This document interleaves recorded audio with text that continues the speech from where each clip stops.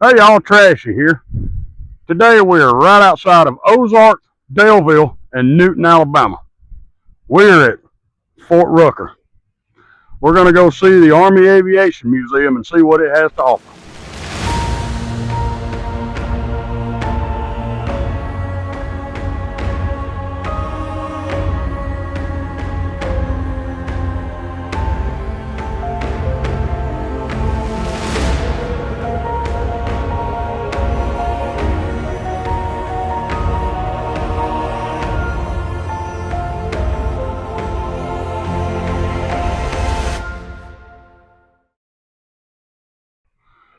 We're inside of the U.S. Army Aviation Museum. When people think U.S. Army Aviation, they think of helicopters. That's the more modern version. Most people don't realize U.S. Army Aviation actually started in 1861 with balloons. And we continued to use balloons all the way up through the Spanish-American War. Well, in 1904, the Wright brothers in Kitty Hawk, North Carolina, took their flyer off from a catapult system. In 1911, they significantly altered their Kitty Hawk plane to a military version. And from then, we go into the history of aviation. The United States Army actually flew in World War I and World War II. It was the United States Army Air Forces until the late 40s when the United States Air Force was created. Let's go see some planes. In 1881, while in England, Hiram Maxim actually came up with his version of a machine gun. He was an American, but he was in England, so it was American invention. We started putting the Maxim gun on our planes. If you come over here, you can see a version of it on this plane. Well, the way it's mounted, they actually had to figure out a way to sit here and do short bursts, because in the initial usages of machine guns on these prop planes, they would shoot the prop off and the plane would crash. So they actually had to develop a system to keep the bullets from basically shooting through the wood propellers. What we have here is a Piper J3 Cub. The Piper J3 Cub actually became the first trainer for the United States military during World War II. Also in World War II, each artillery unit was given one of these so that they could spot where artillery was landing. This actually became a very popular plane for scouts during World War II. We also continued to use it as a scouting plane up through Korea and the beginning of Vietnam. At that point, we started being able to use more modern technology. Now, after the United States Air Forces became their own branch of service, this was about the only U.S. Army aviation we had, except for a handful of helicopters. We started introducing helicopters in the 50s, and that's where modern Army aviation is today, is with helicopters for medics, evac, gunship helicopters, as well as delivering troops. So in a short time period, from World War II to Korea, a matter of 10 years, we go from fixed wing aircraft to the helicopter. This is a Sikorsky R4B. In 1941, Igor Sikorsky was contracted by the United States government to supply a helicopter, a fully functioning helicopter that could do things that fixed wing aircraft couldn't. Well, shortly thereafter, he then changed his design to the Sikorsky R5D. If you notice, the R5D has a crane on it. You could actually sit here and pull people up out of the water, pilots that were down in the water, that were down in the middle of nowhere, without having to land an aircraft. Sikorsky Igor Sikorsky is the father of modern helicopters. And we're going to see some things in here that would make you go, oh, I can't believe we go from this snail-looking gigantic lug to a sleek, fast American gunship. I'm sure many of y'all have seen the movie MASH. The movie MASH was about Korea. The television show was developed from the movie. It's about a Mobile Army Surgical Hospital. Well, the original Sikorsky planes or helicopters were able to lift people out of nowhere. Well, now you've got to get them from the front lines to the hospital. The helicopter you see in front of you now is a Bell OH-13. That is the helicopter you see very prominent in MASH during Korea. The helicopter below it is a Hiller H-23.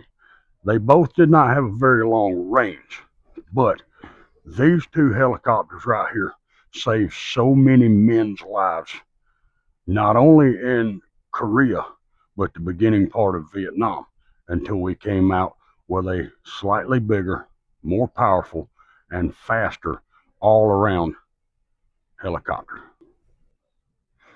Right at the close of Korea, we figured out we needed some way to get jeeps and troops deeper into certain areas that we can't get larger aircraft. Well, just like aircraft getting larger and larger, so did helicopters. In 1953, Igor Sikorsky designed the H-37, which would allow 53 troops or 2 jeeps to be transported and dropped into the middle of nowhere. As you can see, the helicopters are getting larger, they're getting beefier, they're getting more bulky. Well, shortly after that, Bell developed the UH-1.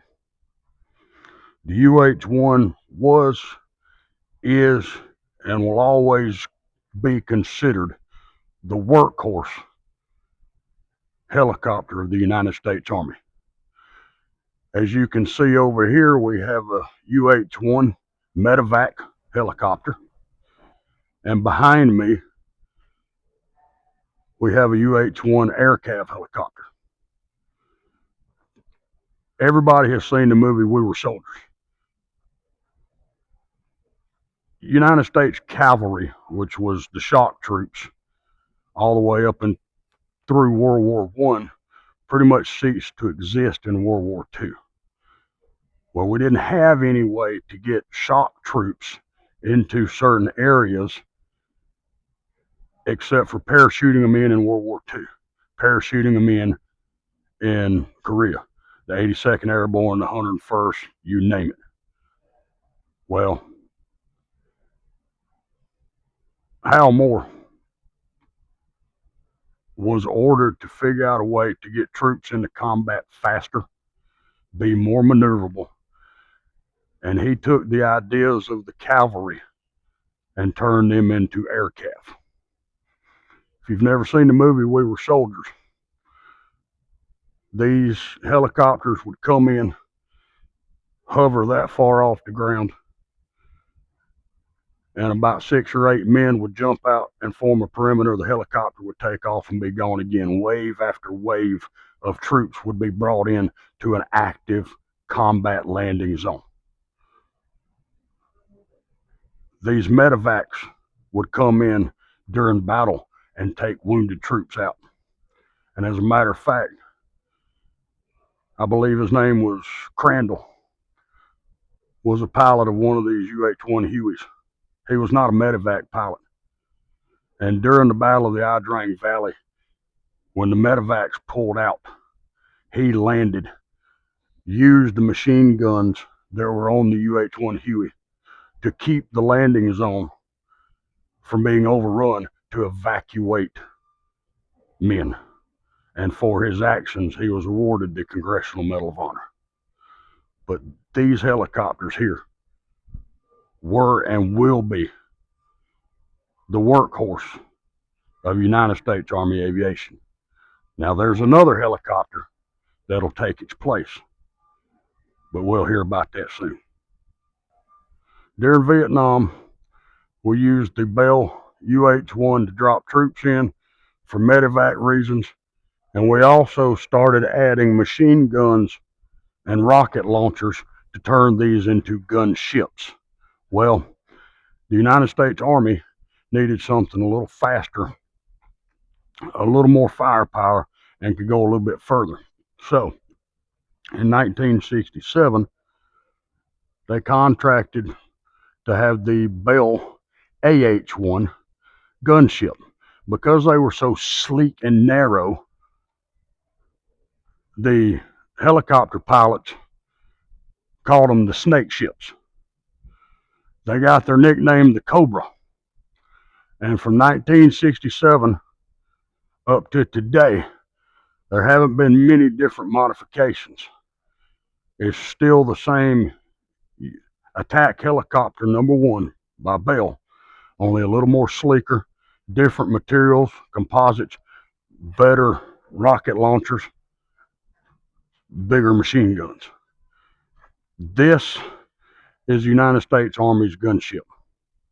Now, the United States Army also has the Apache gunship, which is a little bit bigger, but not as nimble, not as agile, but has a lot more firepower. The United States Army wanted something a little bit beefier than the Bell UH-1 Huey, so they contracted to get the UH-60. This is a Black Hawk. The Navy actually has the same version, a little bit different, called the Seahawk. You have Black Hawks that, just like the Hueys in Vietnam and today, that carry men, that medevac, that are gunships. This is a recreation. This is actually, this is a gunship. This is Razor's Edge. This flew during Somalia.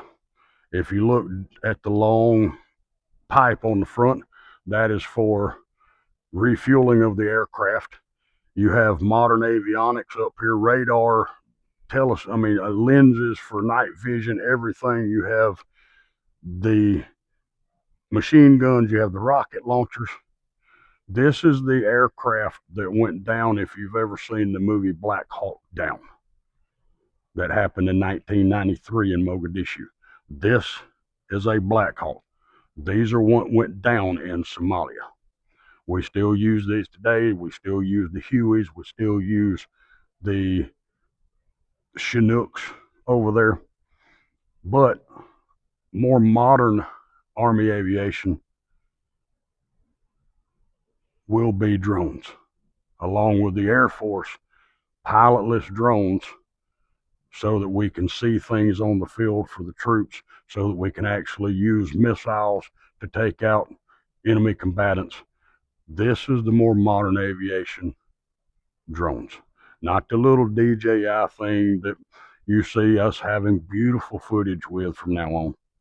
But these are more powerful, fly halfway around the world, can be flown by satellite drones that can take out an enemy combatant 12,000 miles away with the push of a button. That's the more modern Army aviation. And I would like to thank the U.S. Army for having this museum here. Here's the Army Aviation Vietnam Memorial.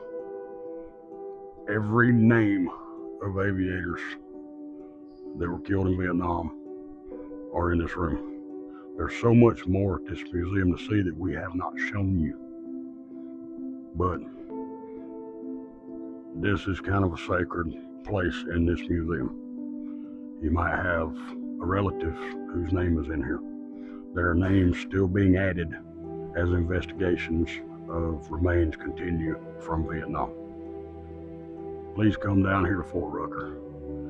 If not to check out the museum, which I encourage you to, but just to pay your respects to the helicopter pilots and the airplane pilots of the United States Army that never made it back from Vietnam.